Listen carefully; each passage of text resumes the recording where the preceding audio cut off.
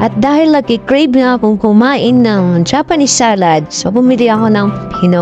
Tanggayin muna natin yung buto para naman pag kinain natin, hindi tumubo sa tiyan natin. Char! Bumili din pala ako ng apple, sweet corn, yung nakalata ha, at saka lettuce.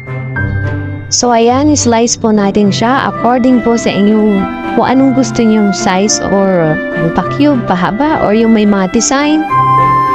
Alam niyo, kahit ganito lang yung snack niyo, sobrang mabubusog ka na. Hindi mo na kailangan mag-rice or kung ano pa.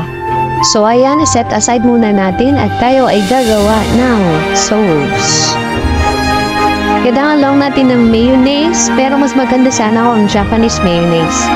Lagyan mo rin ng sesame oil, paminta, lemon juice or calamansi juice, at saka konting asin para mag-balance yung lasa niya.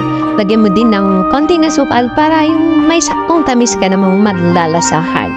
Then, i-mix po natin siya para po mag-combine lahat ng ingredients at mga pampalasang lagay natin. Pero kung gusto mo pang dagdagan, pwede mo naman dagdagan ng konting tamis or konting asin. Nasa inyo po yan. Ayan, kuinin natin yung ating na-chop na pipino at saka mansanas. Dalawang mansanas po yan. At saka yung sweet corn na nakalagay sa lata, isang can. So, hindi ko na yun pinakita kanina sa unang video. So, ayan, paghaluhaluin lang natin. Pwede pa kayo magdagdag ng kahit anong vegetable or fruits na kung ano yung gusto nyong idagdag para maging mas makulay. So, ako, naglagay pa ako ng lettuce. Hinimay-himay ko yan. Gusto ko sanang may kamatis kaso ayaw ng mga kasama ko ng may kamatis kaya lettuce na lang. At nag-prepare na rin pala ako ng hinimay-himay na chicken. So nilaga pa muna yun. Siyempre lalagyan mo ng pampalasa bago mo siya himay-himayin. Para yan yung ilalagay natin dito sa ating salad. Then lagay na po natin yung ating sauce, yung ating mayonnaise.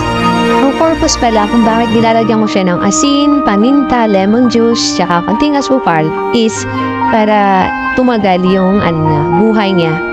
So kahit ilang araw mo siyang FF, pwede mo pa rin siyang kainin.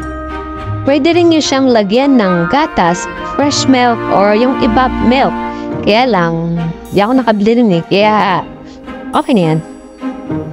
Ako lang naman ang kakain yan. So ayan, sana nagustuhan nyo ang ating Japanese salad, my own version of Japanese salad. O, diba? Healthy na. Ang diet pa. Kung nagustuhan nyo yung merienda ko today, please share. Subscribe na rin po kayo sa aking YouTube channel. Search lang po yung name ko. And follow nyo po ako sa Facebook for more videos.